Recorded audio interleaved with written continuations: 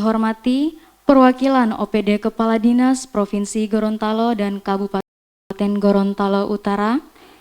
Yang kami hormati Camat dan jajaran Desa Ponelo Kepulauan. Yang kami Kepala Desa Ponelo Kepulauan. Yang kami hormati perwakilan masyarakat, unsur akademisi, serta perwakilan NGO lokal. Puji syukur kehadirat Allah Subhanahu wa Ta'ala, berkat rahmat dan hidayahnya lah kita masih diberi kesehatan, kesempatan untuk hadir pada pagi hari ini. Salawat serta salam tak lupa pula kita haturkan kepada junjungan Nabi besar kita, Nabi Muhammad SAW, para sahabat, keluarga, insya Allah syafaatnya sampai kepada kita sekalian.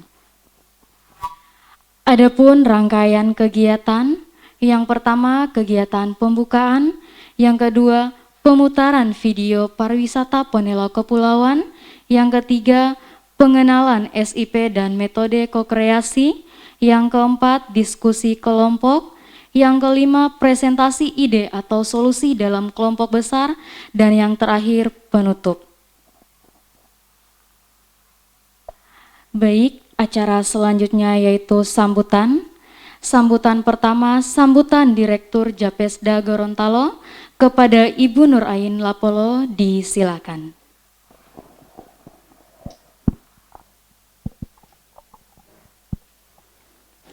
Bismillahirrahmanirrahim. Assalamualaikum warahmatullahi wabarakatuh. Selamat pagi dan salam sejahtera buat kita sekalian. Yang kami hormati Bapak Camat Ponelo Kepulauan, yang kami hormati Kepala Bapeda Provinsi Gorontalo yang saat ini mengikuti acara secara daring dan berlangsung di tempat ini. Yang kami hormati pula Ibu Wiwi dari Bapeda Provinsi Gorontalo beserta rekan-rekan dari Bapeda Provinsi Gorontalo. Yang kami hormati para pimpinan OPD se-Kabupaten Gorontalo Utara atau yang mewakili. Yang kami hormati Bapak Rudin selaku Kabid dari DLHK Provinsi Gorontalo yang mengikuti secara online acara ini. Bapak Ibu para pimpinan yang mengikuti baik secara online maupun offline yang kami hormati, dan para pimpinan kepala desa Kecamatan Ponelo Kepulauan beserta jajarannya yang menghadiri acara ini, Bapak Ibu dari perwakilan akademisi dan juga teman-teman NGO lokal yang kami hormati. Terima kasih Bapak Ibu dari telah menghadiri acara ini di kantor Camat Ponelo Kepulauan. Kegiatan ini adalah rangkaian dari kegiatan yang sudah kita ikuti beberapa pertemuan sebelumnya, yang pada bulan Juni kemarin kegiatan itu adalah membangun kesepahaman bersama dalam program Social Inovasi Platform, di mana kegiatan ini diinisiasi oleh UNDP bekerjasama dengan Kemendesa PDTT dan didukung oleh Bapeda Provinsi serta semua unsur berbagai kepentingan terkait yang ada di Provinsi Gorontalo dan juga Kabupaten Gorontalo Utara, khusus Ponelo Kepulauan. Nah, hari ini kita akan melaksanakan kegiatan diskusi kelompok atau FGD fase kokreasi 1, di mana pertemuan kali ini kita akan menggali ide-ide atau solusi dari pendekatan-pendekatan yang sudah kita ikuti pada pertemuan-pertemuan sebelumnya. Nah, kenapa kami Japesda, mungkin di sini Bapak Ibu ada yang bertanya-tanya kenapa di awal-awal pertemuan kami belum ada, tapi mungkin kami sebagai peserta tiba-tiba di fase kokreasi 1 ini kami muncul dan yang memfasilitasi acara ini. Jadi di masa pandemi ini UNDP memang kita melakukan pertemuan itu dengan sangat terbatas. Jadi kita hanya bisa melakukan secara online, tetapi secara offline atau tatap muka ini akan teman-teman juga kesulitan dengan itu. Makanya teman-teman UNDP mengajak mitra lokal di Gorontalo berkolaborasi untuk bisa memfasilitasi kegiatan-kegiatan yang akan kita lakukan pada pertemuan berikutnya. Jadi mulai hari ini kami Japesda Gorontalo, kami adalah lembaga lokal di NGO lokal di Gorontalo yang akan membantu UNDP, Kemendesa PDTT, Bapeda Provinsi dan semua unsur terkait untuk bisa memfasilitasi bagaimana pendekatan-pendekatan di dalam sosial inovasi platform tadi. Nah, saya kira ini adalah perkenalan kami juga dari Japesda kepada Ibu Bapak sekalian. Harapannya pendekatan SIP yang sudah dari awal kita bangun ini bisa melahirkan ide-ide atau di akhir ada satu prototipe yang akan kita uji cobakan dan itu bisa mendorong bagaimana peningkatan ekonomi sebagai pintu masuknya adalah ekonomi biru di Ponelo Kepulauan dan juga ini menjadi salah satu upaya yang kita lakukan untuk mendorong pencapaian tujuan pembangunan berkelanjutan atau SDGs di Gorontalo. Mungkin ini dulu yang bisa saya sampaikan sebagai pengantar. Sekali lagi kami mengucapkan banyak terima kasih kepada Ibu Bapak yang sudah hadir bersama di tempat ini dan kami mohon maaf juga jika banyak ya kekurangan di dalam pertemuan kita kali ini. Demikian, wassalamualaikum warahmatullahi wabarakatuh. Baik, itulah sambutan Direktur Japesda Gorontalo. Kepada Ibu kami ucapkan terima kasih. Selanjutnya sambutan Bapeda Provinsi Gorontalo kepada Bapak Budianto Sidiki yang di via Zoom, disilakan.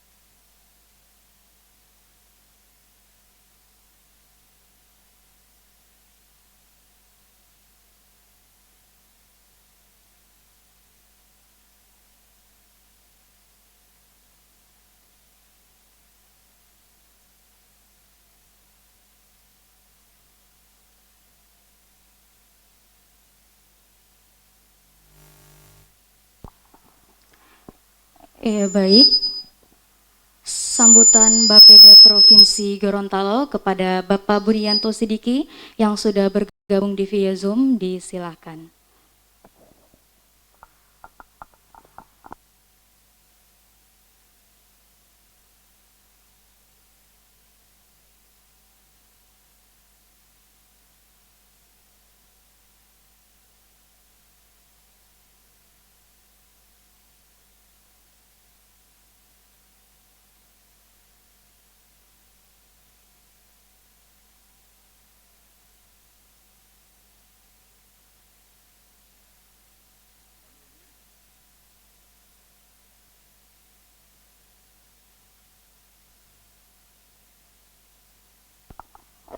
Ya, baik, kepada Bapak Budianto Sidiki untuk memberikan sambutan mewakili Bapeda Provinsi Gorontalo. Kepada Bapak, disilakan.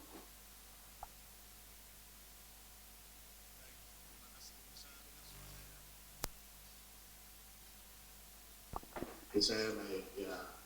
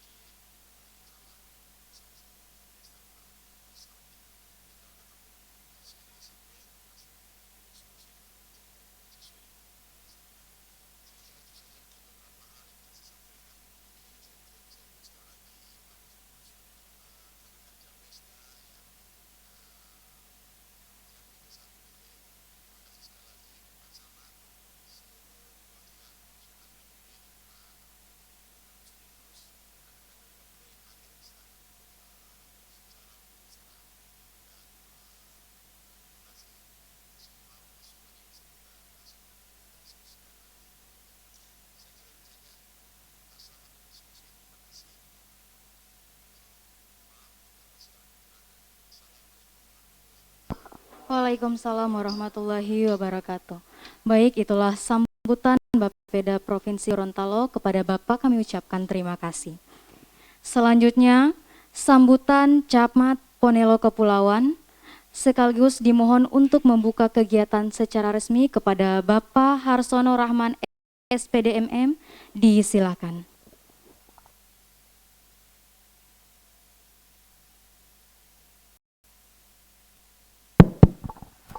Baik, terima kasih.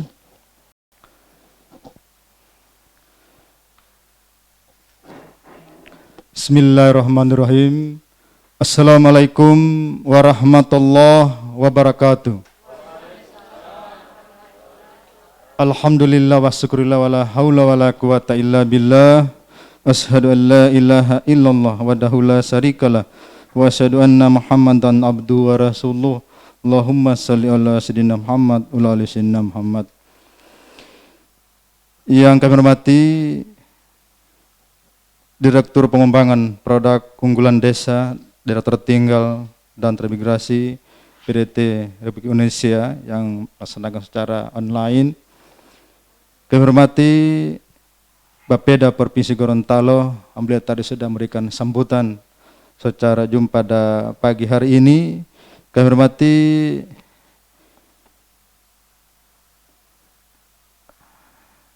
Bapak Agustinus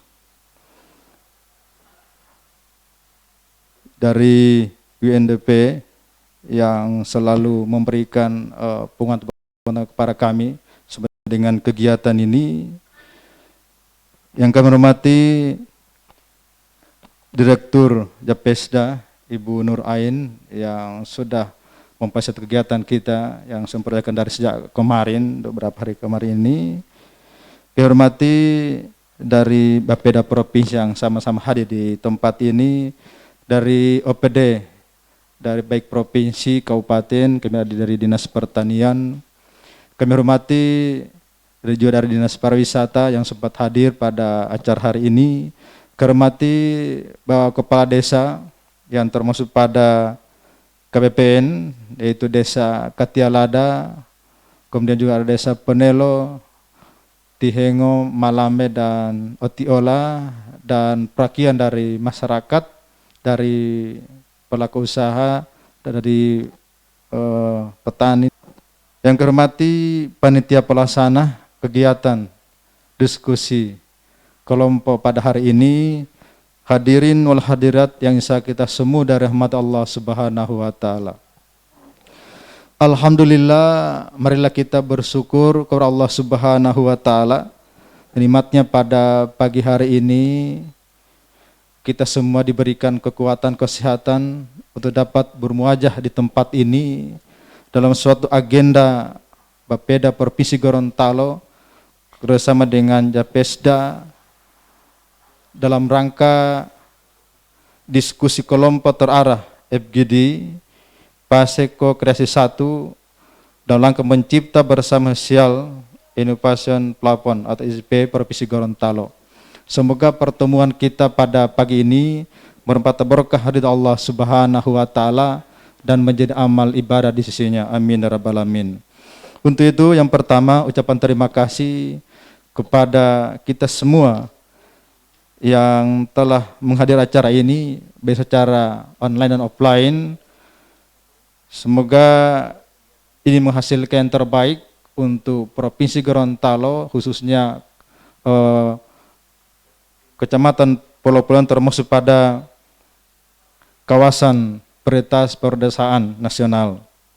Selanjutnya Bapak Ibu sekalian, kami senama pemerintah Kecamatan Pulau-Pulauan mengucapkan terima kasih dan bersyukur bahwa kegiatan diskusi ini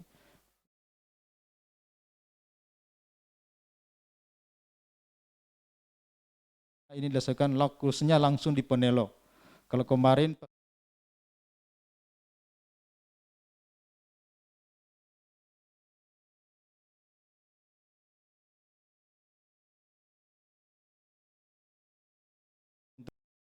khususnya untuk ekonomi biru di Kecamatan Ponelo Kepulauan. Iya.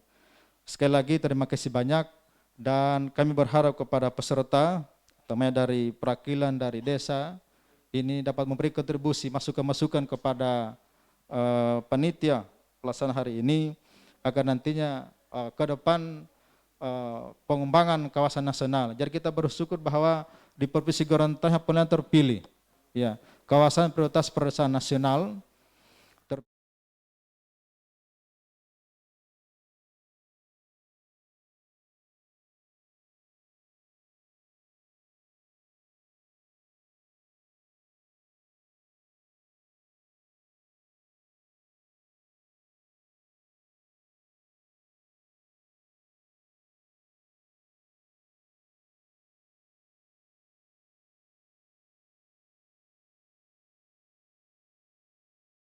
Apa yang telah dipergaungkan pemerintah pusat kerjasama dengan UNDP juga dengan Japesda Provinsi Gorontalo terwujud pada sesuai apa yang kita harapkan bersama. Bapak Ibu yang saya hormati, mungkin hal yang kami sampaikan dan lebih terakhir kita akan sama-sama dalam diskusi kelompok nanti.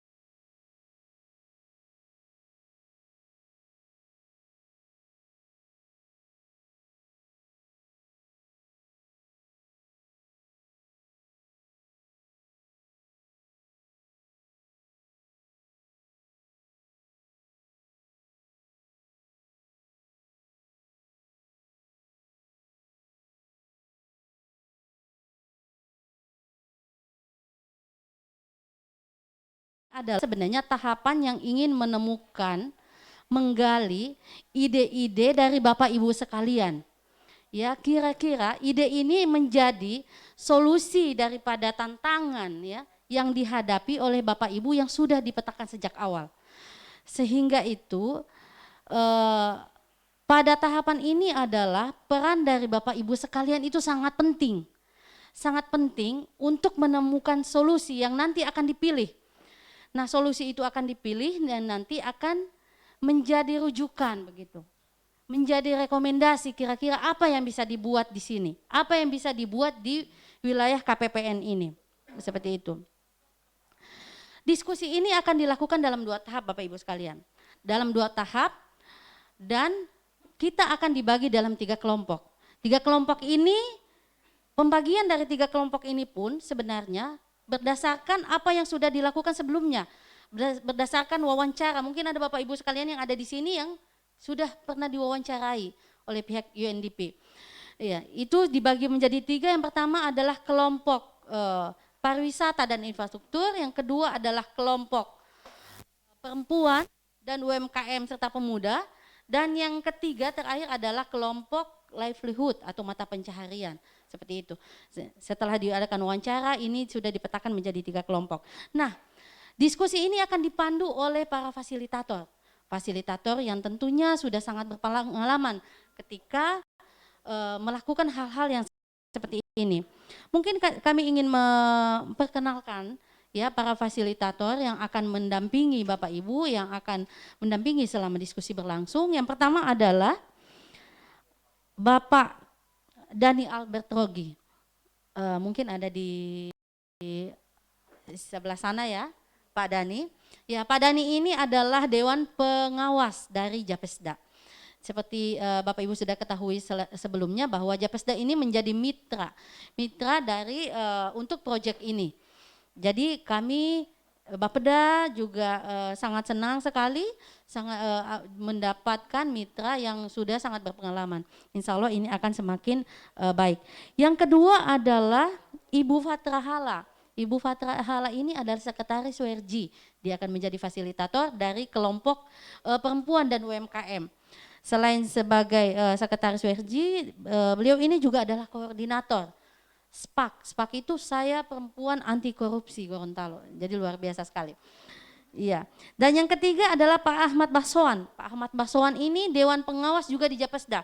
Beliau juga sudah memiliki sangat banyak pengalaman berhadapan dengan masyarakat. Nah, tentunya dengan fasilitator yang sudah sangat berkualitas ini harapannya adalah Bapak Ibu ya, Bapak Ibu sekalian akan dengan sangat terbuka ya menyampaikan apa saja ide-ide yang menjadi solusi daripada tantangan-tantangan, daripada permasalahan yang dihadapi. Nah, selanjutnya Bapak Ibu sekalian, sebelum kita masuk ke acara diskusi yang sebenarnya menjadi acara utama dari kegiatan pada pagi hari ini, kami akan mempersilahkan Pak Agustinus Mautukan untuk menyampaikan paparan terkait dengan tahapan-tahapan, baik tahapan-tahapan yang sudah dilakukan maupun apa yang akan kita lakukan dan apa yang ingin dicapai dari kegiatan kita pada pagi hari ini. Kepada Pak Agus, kami persilakan Pak. Silakan Pak. Terima kasih Ibu Wiwi. Terima kasih. Apakah suara saya kedengaran? Iya, terdengar. Oke, siap. Terima kasih. Bagus Pak. Saya mohon izin untuk share screen Bapak Ibu.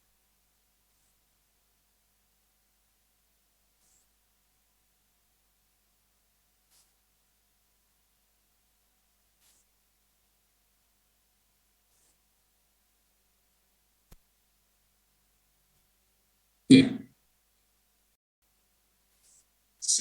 Apakah screen saya kelihatan kan? Kelihatan Pak, Ya, jelas. siap. Terima kasih. Yang pertama-tama sebelum masuk ke situ saya ingin juga karena pada kesempatan ini perwakilan UNDP di Jakarta yang biasa hadir itu Ibu Anse dan Ibu Ainur tidak sempat untuk hadir, dan juga perwakilan dari Kemendesak PDTT juga tidak sempat hadir, jadi saya menyampaikan kembali lagi yang pertama menyampaikan terima kasih kepada Bapak Budi Sidiki, Pak Kaban, Bapeda Provinsi Gorontalo yang selama ini senantiasa menjadi champion, jadi semacam champion yang selalu memberikan inspirasi dan dukungan kuat dan punya harapan kuat terhadap pendekatan seperti ini. Nah, terima kasih Pak Budi Sidiki.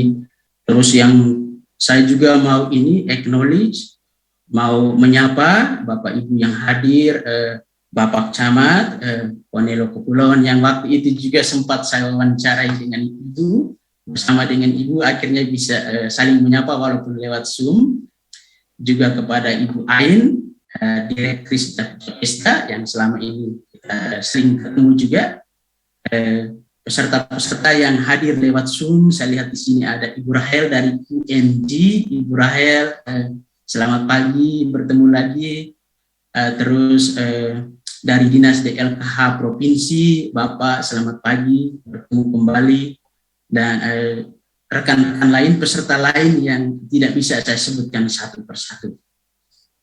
Dalam presentasi ini, seperti disebutkan oleh Ibu Wiwi tadi, ini semacam memberikan semacam latar belakang untuk masuk dalam diskusi yang nanti akan dipandu oleh Ibu Wiwi dengan rekan-rekan fasilitator yang lain. Jadi memberikan informasi, mungkin ada Bapak Ibu yang baru, ada peserta yang baru terkait apa itu SIP, dan proses-proses apa yang sudah kita lakukan, hasilnya apa, dan kemudian apa yang akan kita lakukan di hari ini dalam proses co-kreasi ini, dan hasil apa yang diharapkan dalam proses co-kreasi yang kita lakukan pada hari ini. Ya, mungkin kita akan melihat kembali, mengunjungi sebentar apa itu yang kita sebutkan dengan Social Innovation Platform.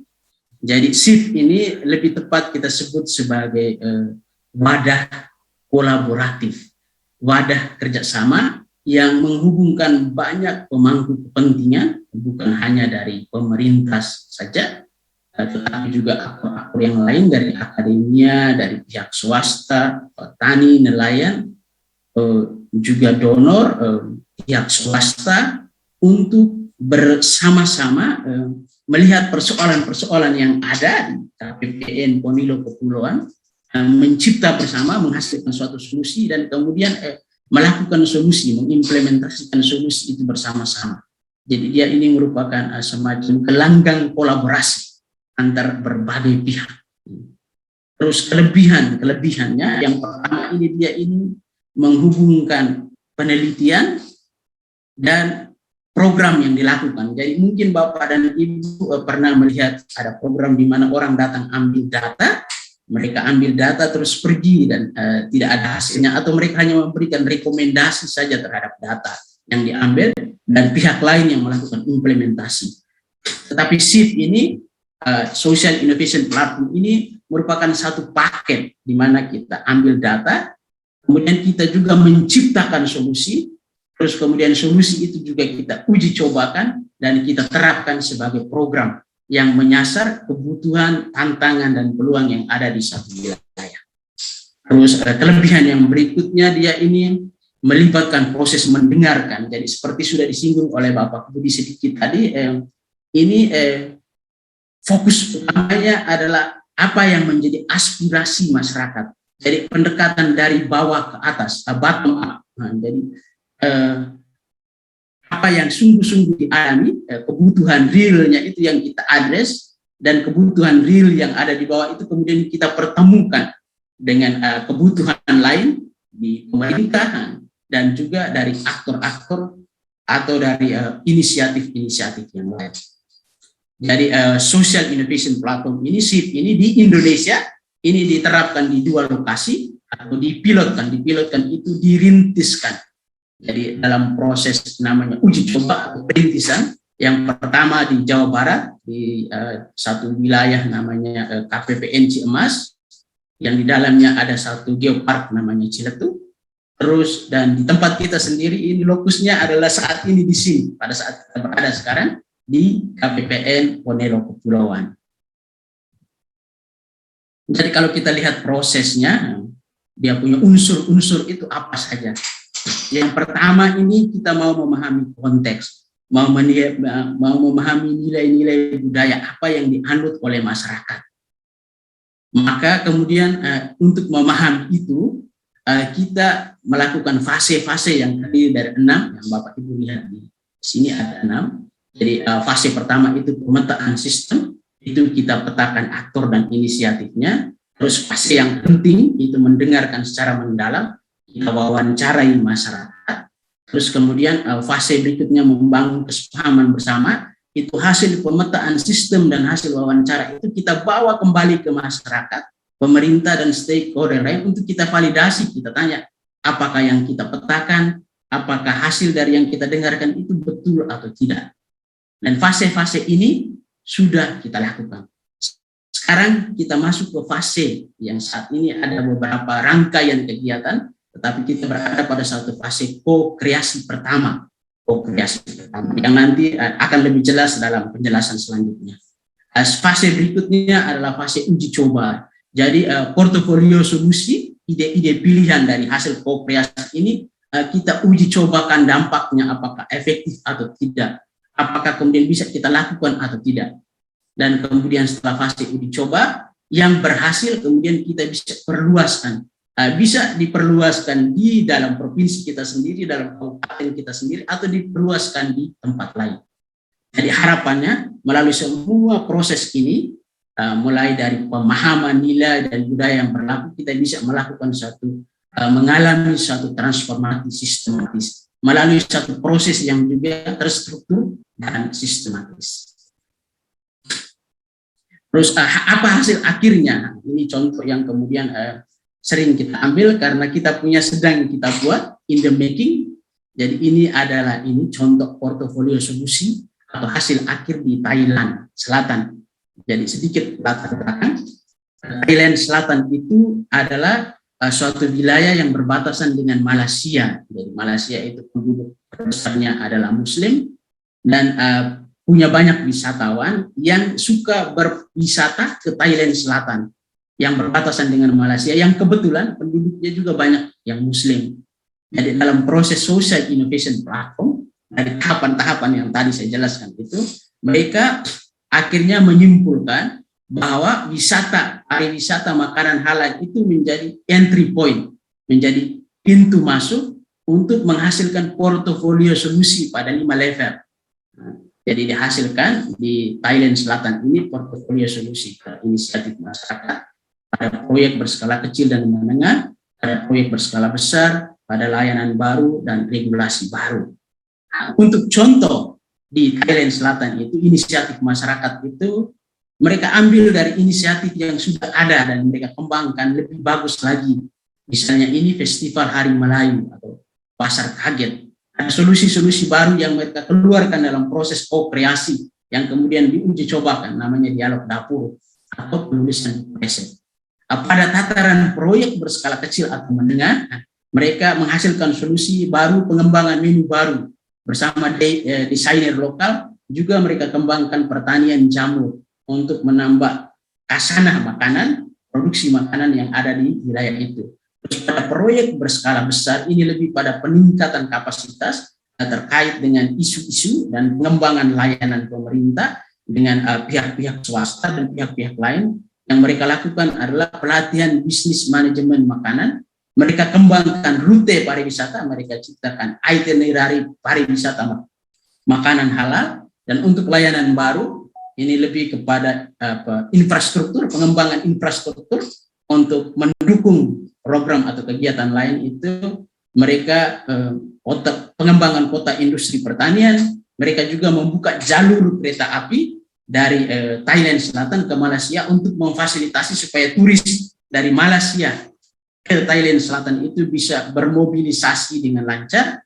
Terus yang berikut regulasi baru adalah aturan-aturan yang mendukung supaya kegiatan-kegiatan yang lain pada level-level yang lain mulai dari inisiatif masyarakat sampai layanan baru itu bisa berjalan dengan baik. Itu contohnya adalah sertifikasi makanan halal dan standarisasi rumah makan. Terus setelah kita mendapatkan portofolio solusi pada 5 level ini bagaimana ini didanai. Nah, jadi UNDP ini adalah perannya sebagai fasilitator dan integrator, jadi membantu untuk menghubungkan dengan proses-proses pendanaan. Jadi potensi pendanaan itu bisa berasal dari pemerintah, mekanisme pendanaan pemerintah, dari APBD, APBN, dari dana desa dan sebagainya, dari swasta, dari investor, melalui proses bisnis dan corporate social responsibility dan pengembangan komunitas, juga dari donor, filantropi, dan dari UNDP sendiri yang punya skema-skema seperti innovative financing lab atau lab untuk kemudian melahirkan program-program yang bisa di-finance atau didukung secara finansial oleh UNDP dan mitra pembangunan lainnya. Dan ini contoh-contohnya, UNDP di sini ada gambar-gambar ini bisa memfasilitasi pihak-pihak seperti ini untuk membantu proses pendanaan. Tetapi Bapak Ibu, ini ada disclaimer, logo-logo di atas ini sebagai ilustrasi semata. Terus saya mau sampaikan juga perkembangan implementasi yang kita sudah lakukan selama ini. Jadi yang tadi disebut dengan pemetaan sistem itu kita sudah lakukan sudah lama, mungkin sudah 1 tahun yang lalu. Di awalnya itu Februari 21, prosesnya itu dari situ, dan kemudian kita presentasikan pada bulan Februari 2021, prosesnya sejak bulan Agustus 2020, jadi ya sudah hampir 1 tahun. Jadi kita identifikasi pihak-pihak berkepentingan yang nanti akan menjadi lebih jelas pada slide berikutnya, dan sektor terkait serta inisiatif-inisiatifnya.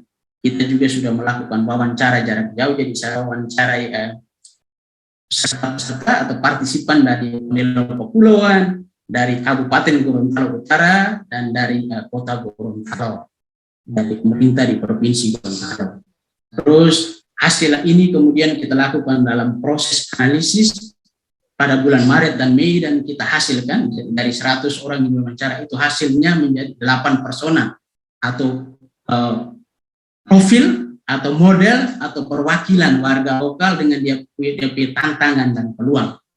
Terus kemudian barusan pada bulan Juni yang lalu, tanggal 16 Juni di Gorontalo Utara, kita melakukan proses yang namanya membangun kesepahaman bersama, di mana hasil dari hasil-hasil sebelumnya itu kita kontraskan atau kita hadapkan dengan orang-orang yang kita wawancarai dan stakeholders lain dari pemerintah dan swasta. Terus pada saat ini yang sedang kita lakukan adalah ko-kreasi, sudah disampaikan oleh Bapak Taban, oleh Ibu Ain dan Ibu Wiwi tadi, bahwa proses ko-kreasi ini adalah proses menggali ide-ide untuk kita jadikan solusi yang bisa diterapkan di KPPN Ponelo Kepulauan.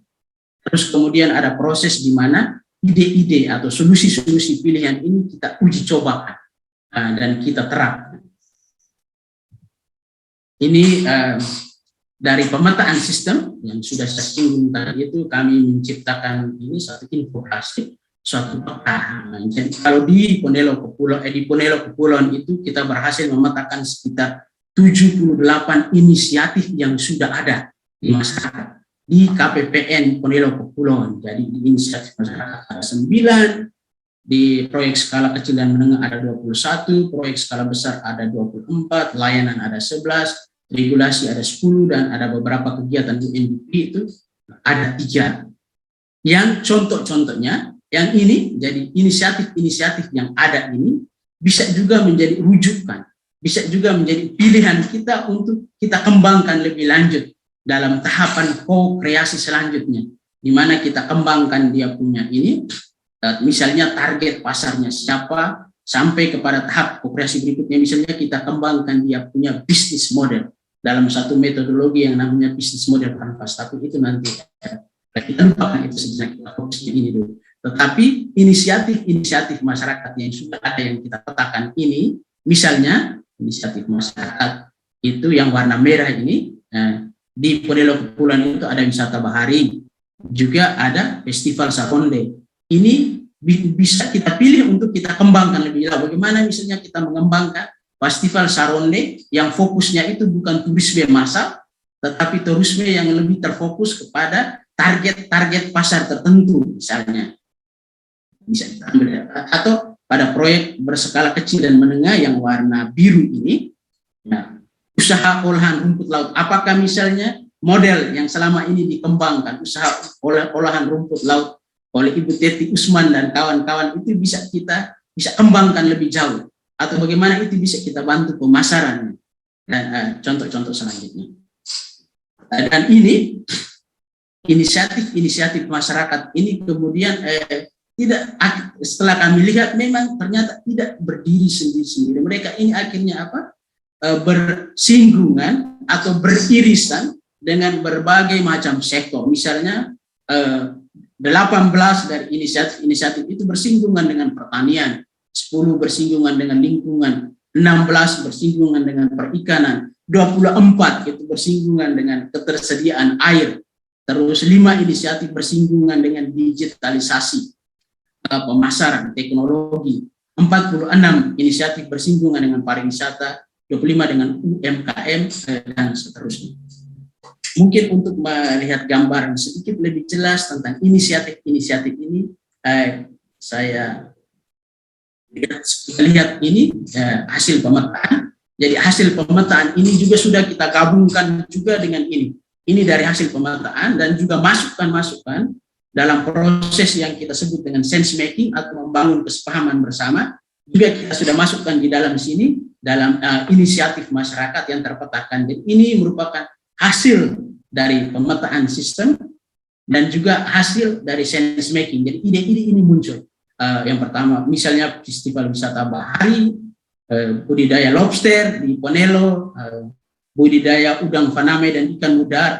Dalam pemetaan kami, contohnya dalam pemetaan kami, budidaya udang faname dan ikan mudara ini menjadi sesuatu yang diinginkan oleh masyarakat berdasarkan hasil wawancara. Tetapi dalam proses sense making itu ternyata ada nelayan dari Ponelo Kepulauan yang mengatakan bahwa kalau budidaya udang faname dan ikan mudara itu cocoknya di Kaitelada.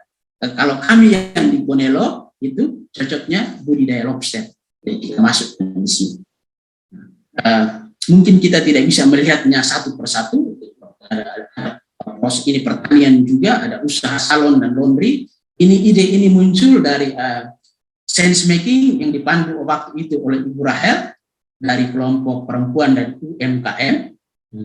Usaha salon dan laundry juga mulai bertumbuh di daerah Ponelo Kepulauan. Terus ada pengeringan ikan, pengembangan benih jagung lokal, pengembangan spot agriwisata dan sebagainya. Kita lihat sebentar, ada contoh-contoh lain dari proyek berskala kecil dan menengah. Misalnya ini pengembangan rumput laut, pengumpulan dan pengolahan teripang, terus kemudian usaha taksi perahu, usaha kerajinan dari kerang, restoran, warung, dan usaha makan, pengelolaan pariwisata secara swakelola, secara mandiri di Pulau Mohankito, di Komite Desa Malambe, dan sebagainya.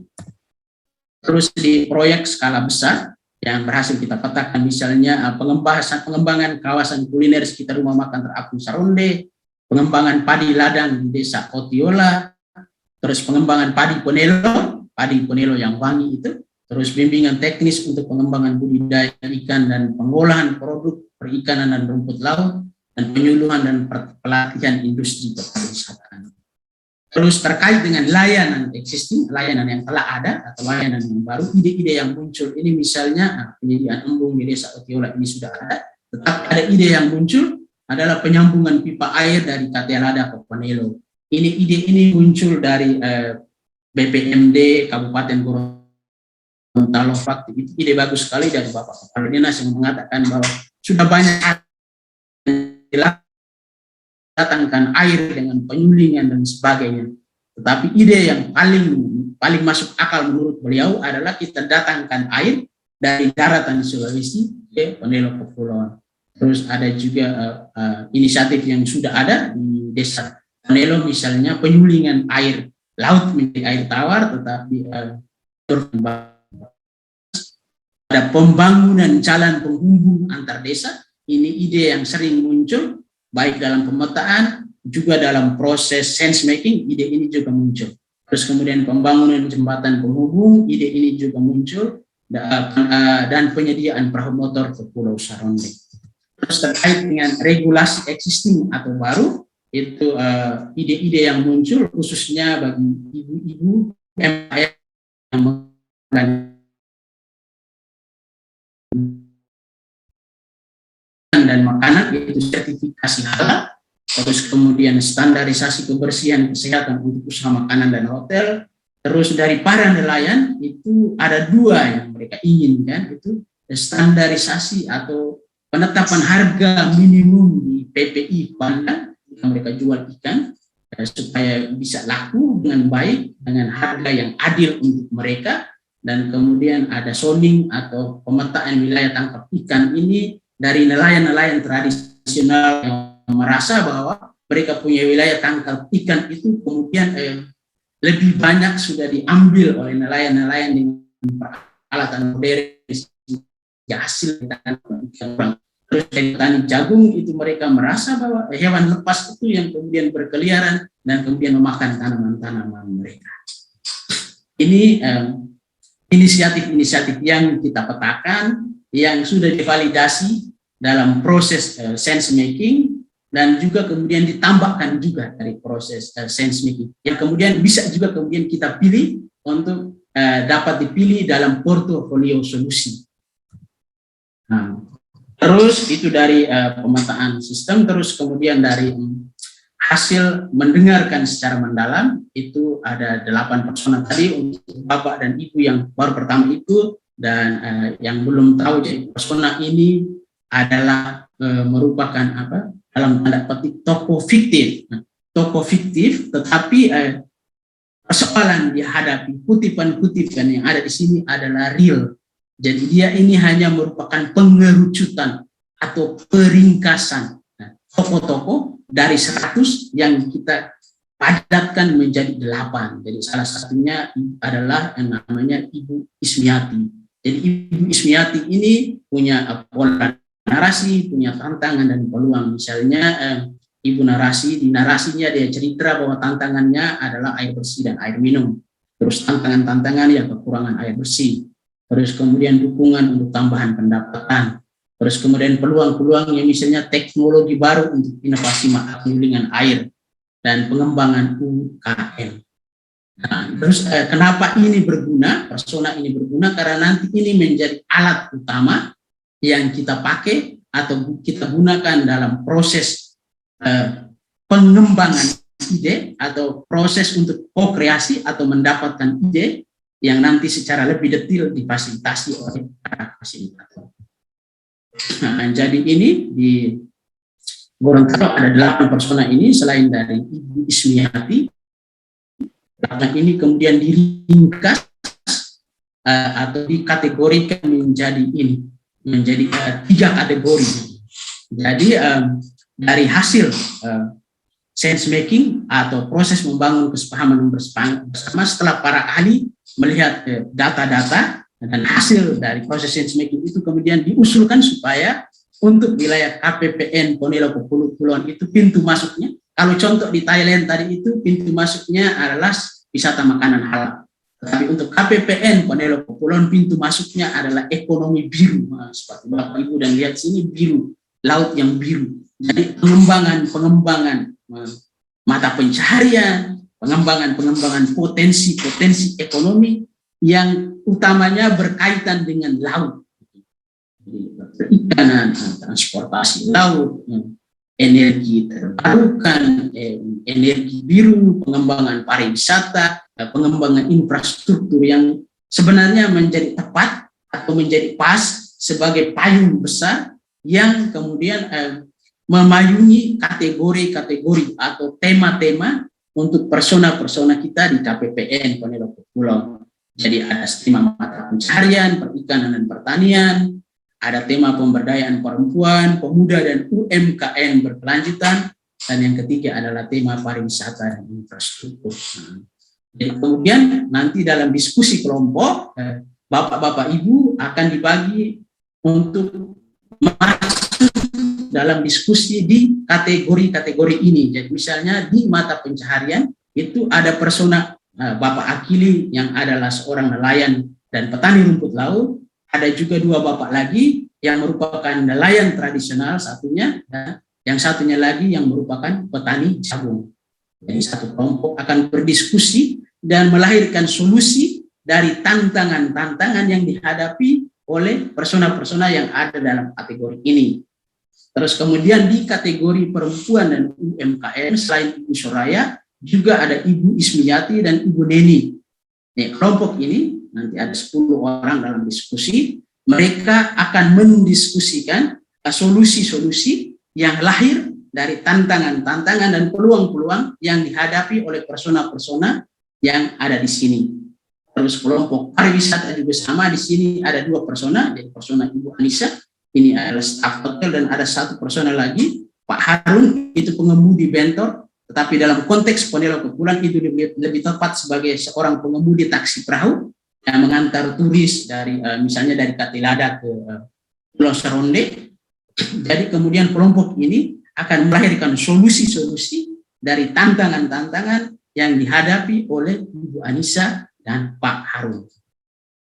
Nah, jadi secara lebih detail di sini, tetapi saya tidak akan melihatnya satu persatu.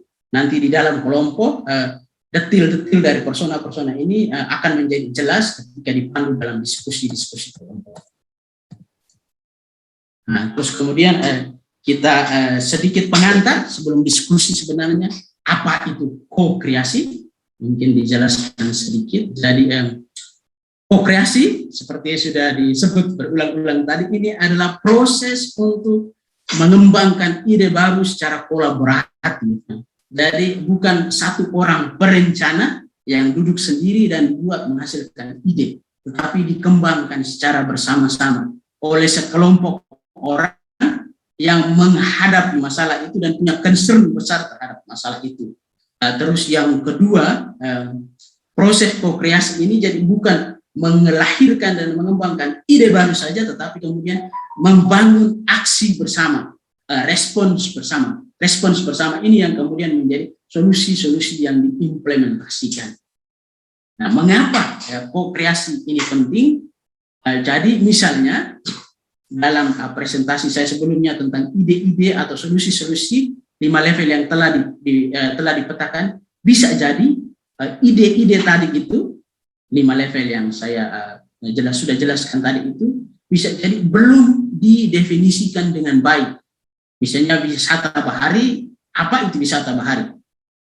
Jadi misalnya kalau kita memilih wisata bahari atau misalnya pengembangan industri ikan kering misalnya dari sisi UMKM, apa itu pengembangan UMKM? Proses ko-kreasi ini akan membantu kita untuk mengembangkan ide itu atau peluang tadi itu, pengembangan UMKM itu menjadi sesuatu yang bagus, menjadi sesuatu yang punya model bisnis, menjadi sesuatu yang punya nilai jual yang bagus. Jadi dengan proses ko-kreasi ini kita menghasilkan ide yang bisa kita pahami dengan baik.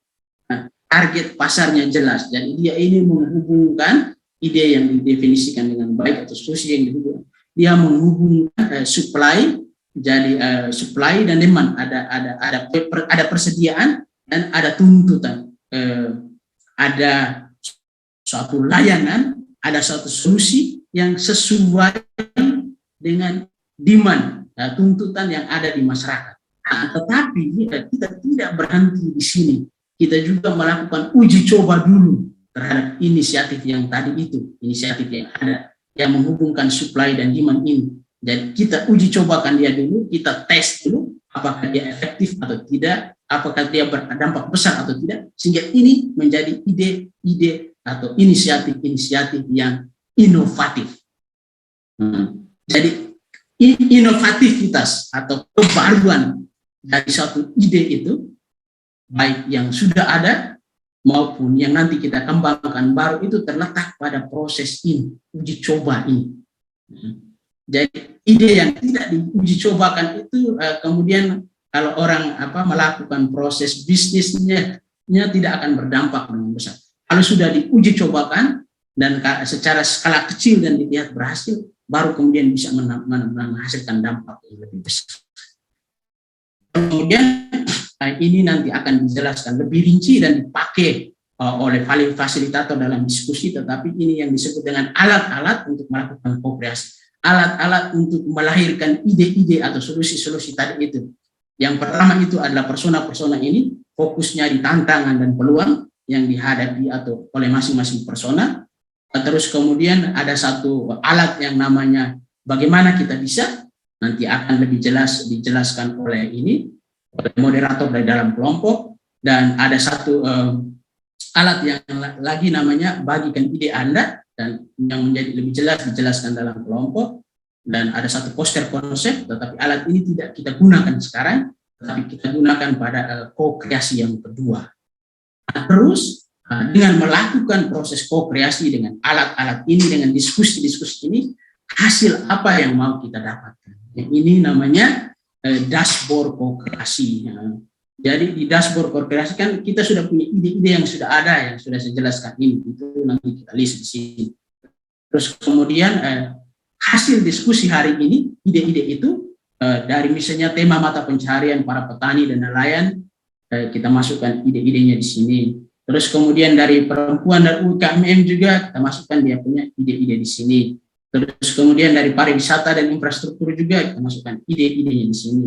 Terus ada satu proses di mana ide-ide yang sudah ada, terus ide-ide yang kita hasilkan pada hari ini, kemudian itu dipilih, digabungkan menjadi ide-ide atau solusi pilihan yang kemudian kita pilih lagi untuk menjadi diuji cobakan, dites. Lalu kemudian ini dashboard co-kreasi ini menjadi cikal bakal utama dari portofolio solusi yang kita miliki. Dan untuk tahapan selanjutnya saya akan jelaskan nanti pada rencana tindak lanjut. Tetapi penjelasan dari saya sampai di sini dulu. Apakah ada pertanyaan dulu sejauh ini? Kalau tidak ada pertanyaan, dan kalaupun ada pertanyaan juga, saya kembalikan dulu kepada Ibu Wiwi. Silakan Ibu Wiwi.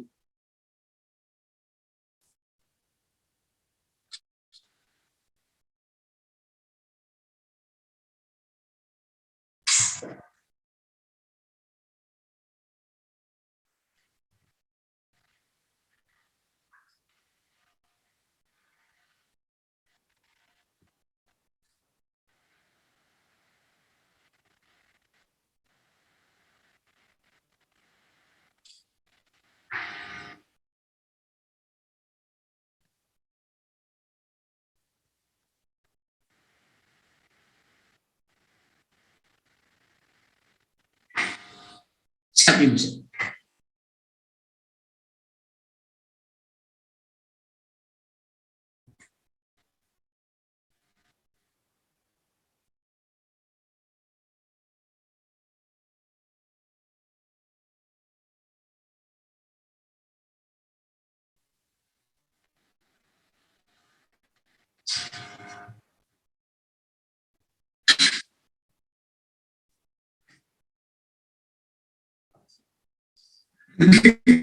Tidak lah Ibu.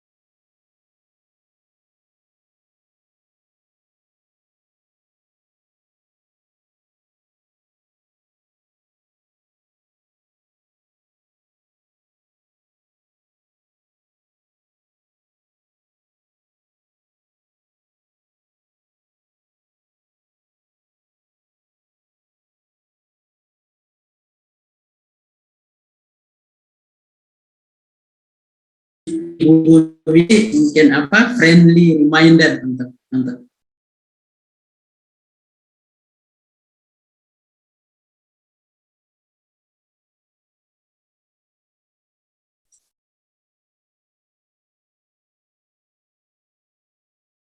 halo, halo Ibu Wiwi.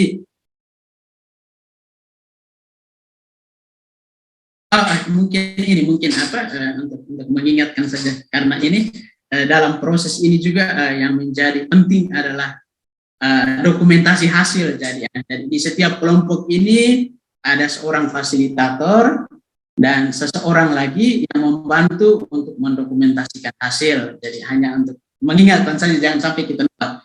Jadi itu proses di setiap kelompok itu direkam, terus dia mencatat hasil di kelompok itu. Jadi kalau pakai kertas plano, kertas post-it atau apa itu difoto, didokumentasikan dan disimpan baik-baik. Jangan sampai lepas karena informasinya penting. Terima kasih Ibu.